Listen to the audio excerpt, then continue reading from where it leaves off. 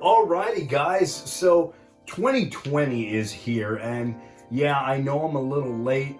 Yeah, but the thing is, I had so much stuff to do over the holidays. The holidays get busy and emotionally draining. And it was constantly yelling at customers in my job, or constantly trying to get the greatest presents I can for the people I love. And trying to shove kids towards the next aisle so I can get the latest Minecraft edition. But besides all that, I didn't have any time to do any of this. So I'm doing this right now for you guys. This is going to be the top 10 best movies of 2019. I just want to give a disclaimer out, which is that this isn't like my favorites and just my favorites, and this isn't just my best. These are my favorites and my best mixed up into one. And I thought about it long and hard about it, and I was like, okay, this has got to go here, this has got to go there, and this has got to go out, this one's got to go in.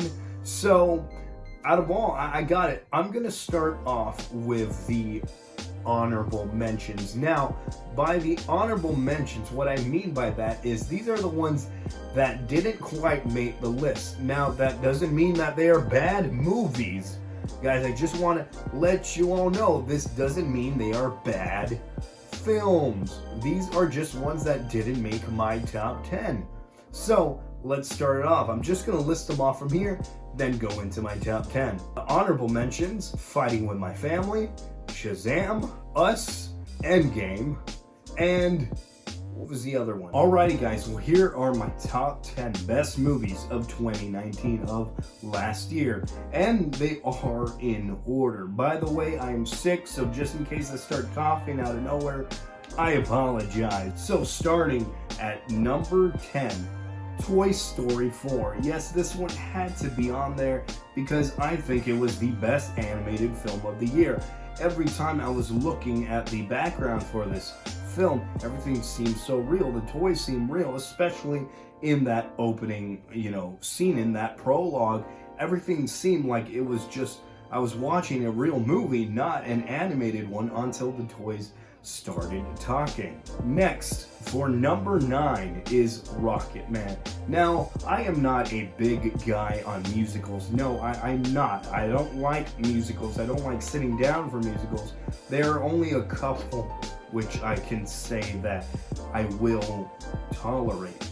But Rocketman, I didn't know it was a musical. It was not advertised as a musical. So when I sat down and they started singing, I was like, yeah, this is a thing. Okay, I'm stuck in a musical. All right. But guess what? It fit, and it fit so perfectly because it felt like Elton John. As compared to Bohemian Rhapsody, which was a biopic on Queen, not necessarily a biopic, more on Freddie Mercury. It didn't feel like Freddie Mercury. It felt like corporate tropes and cliches going, hey, this is going to make this movie seem good. This is going to make him seem cool and rock starry, all this kind of stuff. As Rocketman did kind of the opposite of it. It had heart, it had this kind of vibe, and it did all that, and it felt like Elton John. And I think that's why I think it's one of the best musicals of cinema in the while, especially in the decade, and on the top 10 list. Next, for number 8, is Once Upon a Time in Hollywood. A Tarantino film has to be on my top 10. When a Tarantino film is not on my top 10, which is very rare, it's like, okay, that was kind of bad, but this one made it to my top. And I gotta say, I loved every bit of it. If you're a person that loves cinema, if you're a person that loves movies in general, and just the heart for cinema itself, then this is one for you. This takes place on it takes a true story and it blends it in with a Tarantino vibe and a twist, sort of, I can say, on fictionalized reality. And I loved every moment of it. It's great acting here. Leonardo DiCaprio, Brad Pitt do such an excellent job together on screen. And the third act is so tense, so bonkers. You know, it feels like Tarantino so much, and I adored it. Now for number 7, A Beautiful Day in the Neighborhood. This one was supposed to be a little bit higher, but as I sat through it and I thought a lot about it, I am a huge fan of Mr. Rogers. I really am. And he was a big part of my childhood. I did a review on this movie a couple weeks back, and I put my heart into it. I said, you know, I felt as if he was talking to me. There were moments in this film as if he were talking to me, you know, and I felt like a child again. But at the same time, I knew the message and I knew what it was trying to get to the audience. And it is one of the most heartfelt films I have seen all year. And I absolutely loved it. And that is why it is at number 7. Next is Uncut Gems at number 6. Now, this is the one I saw the most recent. I just saw it a couple days ago, and it's still going on in my head. The score is amazing. The beats for the film. There's a lot of yelling in this movie, like a lot of yelling! And the thing is, that's the way the movie is. I've been seeing a lot of people online, they talk about it and they're like, I did not like Uncut Gems. There was a lot of yelling, it's just a lot of bickering, but that was the point of the film. It's very nerve-wracking and it's very tense, and I think it is the most tense movie of the year.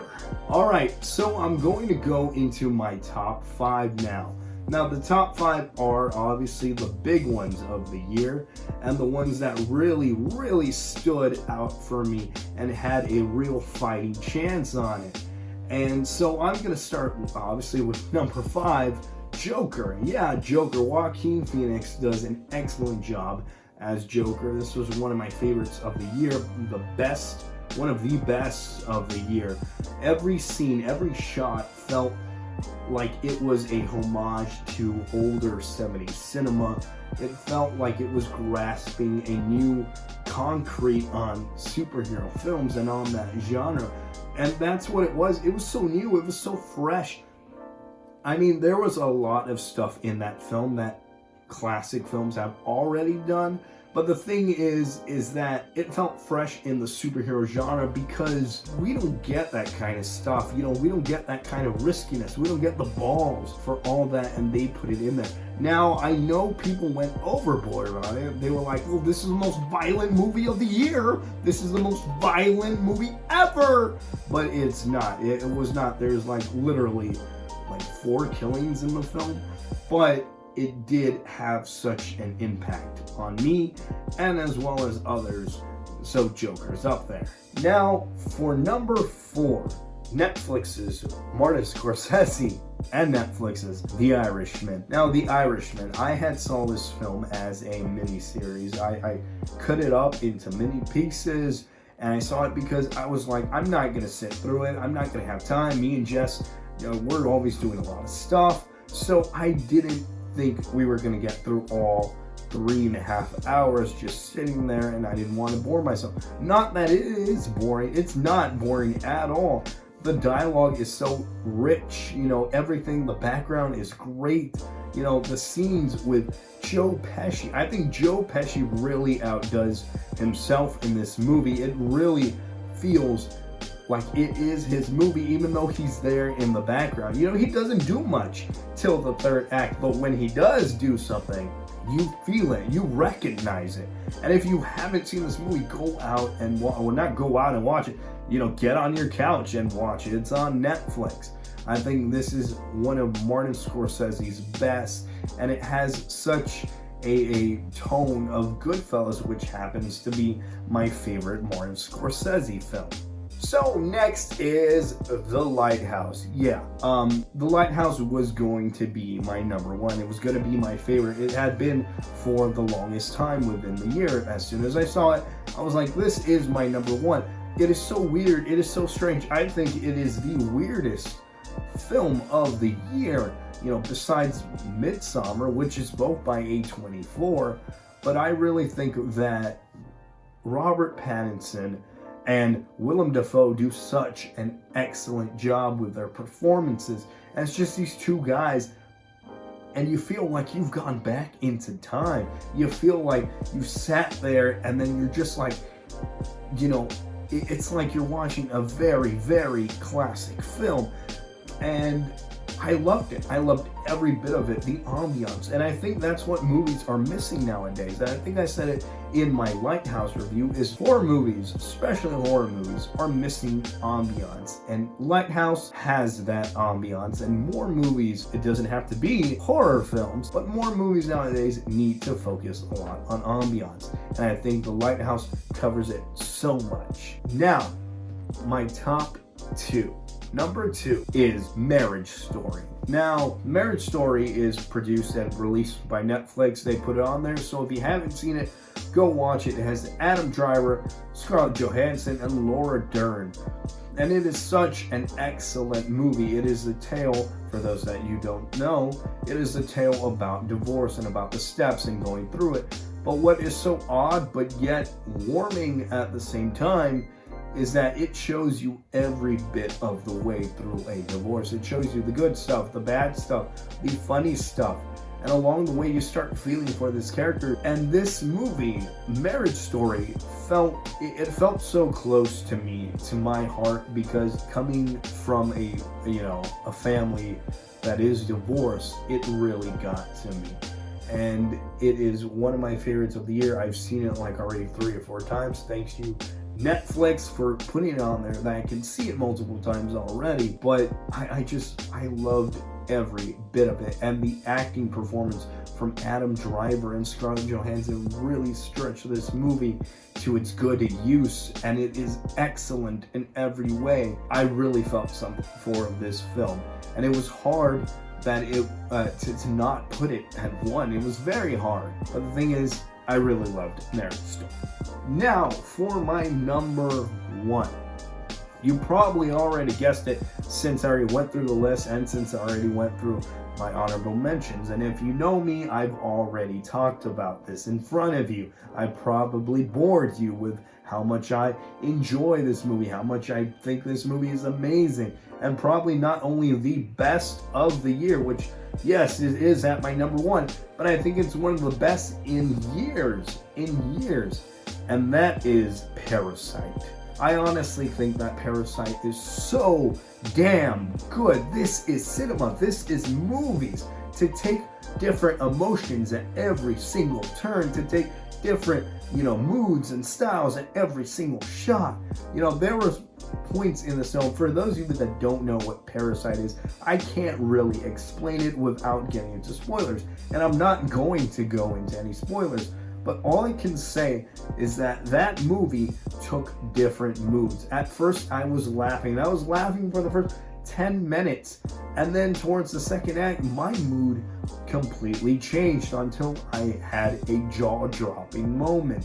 And from that point, things escalated and my whole, mood changed. I felt like the Mr. Krabs meme where it's like, ooh, doing the, the wolf thing, and everything goes out of whack, because that's how that felt. It felt like everything turned upside down, and I loved every moment of it. If you haven't seen it, go watch this film. Go watch Parasite. It's not to be confused with the Japanese anime called Parasite. That's with a Y. This one's with an I, like the actual word parasite. Things that happen in this film are so intriguing, so amazing. Every single shot is something to talk about, and every single scene layers to something else, and I think that is really outdone.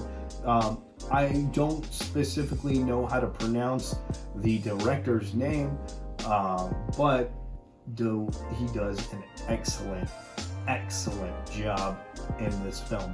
It is my favorite of the year. If you haven't watched it, go watch it. Alright guys, well that is all for today. I hope you guys enjoy the new year. We're finally in 2020 and it is going to be good. Hopefully it's going to be good. I have my new resolutions. If you have your new resolutions, comment below on what they are and comment your top 10 list of 2019. Now, enough of the past. Let's get into right now. Alright guys, If you haven't already liked this video, please like this video. If you haven't already subscribed, please subscribe. And if you are not notified, click that bell so you can help me out. Thank you for all the support. And we're in the new year, guys. Thank you.